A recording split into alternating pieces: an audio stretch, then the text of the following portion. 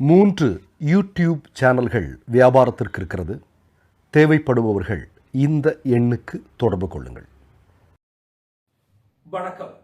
கிட்டத்தட்ட 3 ஆண்டுகளுக்கு முன்பு குஜராத்தினுடைய சாலைகள் மற்றும் கட்டடங்கள் துறையின் வதோதரா பிரிவைச் சேர்ந்த அதிகாரிகளுக்கு ஒரு கடிதம் மூலம் முஜ்பூர் கம்பீரா பாலத்தினுடைய அசாதாரண அதிர்வுகள் உணரப்படுவதாகவும் அது ஆபத்தான நிலையில் இருப்பதாகவும் எச்சரிக்கப்பட்டிருக்கிறது. 43 ஆண்டுகள் பழமையான பாலம் இடிந்து விழுந்ததில் குறைந்தது 12 பேர் உயிரிழந்திருக்கிறார்கள். குஜராத் மாடலை பின்பற்றுங்கள். குஜராத்தில் பாஜக ஆளுகிறது. கடந்த 30 ஆண்டுகளாக பாஜக தான் ஆட்சி செய்து வருகிறது. ஆனால் கடந்த 2021 இது 4வது 5வது பாலம் இடிந்து விழக்கூடிய சம்பவங்கள், உயிர் சேதங்கள் மற்றும் மிகப்பெரிய அளவிலான விஷமத்தனமான விஷயங்கள் குஜராத்தில் நடந்து கொண்டிருக்கிறது. எங்கள் எச்சரிக்கைகள் இருந்த போதிலும் ஆர்என்பி துறை இந்த விஷயத்தில் நடவடிக்கை எடுக்கவில்லை என்றும் உள்ளூர் அதிகாரிகளுக்கு அந்த கடிதத்தை அனுப்பிய முஜ்பூரை சேர்ந்த வதோதரா மாவட்ட பஞ்சாயத்து உறுப்பினர் ஹர்ஷித் சிங் பர்மர் செய்தியாளர்களிடம் தெரிவித்திருக்கிறார். ஒட்டுமொத்தமாக மாவட்ட ஆட்சியருக்கு கூடுதல் சிட்னிஸ் பர்மனின் கடிதத்தை அப்போதைய ஆர்என்பி துறையின் நிர்வாக பொறியாளர்களுக்கு அனுப்பியதாக காட்டுகிறது. தற்போதைய நிர்வாக பொறியாளர் நைனிஷ் நாயக்கவலாயத் தொடர்பு கொண்ட போது பாலத்தில் எங்களுடைய ஆய்வறிக்கையில் பெரிய சேதம் எதுவும் குறிப்பிடப்படவில்லை என்றும் அது பாழடைந்ததாக இல்லை என்றும் ஒட்டுமொத்தமாக பூச்சு சேதமடைந்திருப்பதாக மட்டும்தான் கூறப்பட்டிருக்கிறது. அதன்படி கடந்த ஆண்டு அது பழுது பார்க்கப்பட்டது என்றும் அவர் தெரிவித்திருக்கிறார்.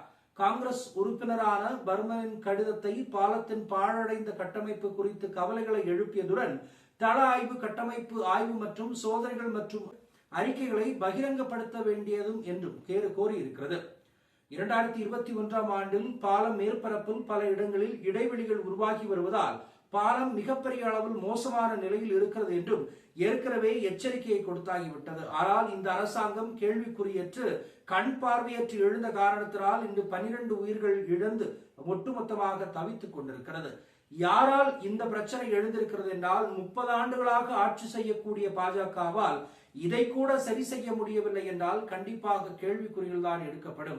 ஏற்கனவே மோர்பி பாலம் இடிந்து விழுந்து 133 பேர் ஒட்டுமொத்தமாக இறந்த போன விஷயங்கள் சிறிது நாட்களே ஆகிய பிறகு தற்போது மீண்டும் ஒரு பாலம் இடிந்து விழுந்து 12 பேர் உயிரிழக்கப்பட்டிருக்கிறார்கள் என்பது கவலைக்குரிய விஷயமாக இருக்கிறது.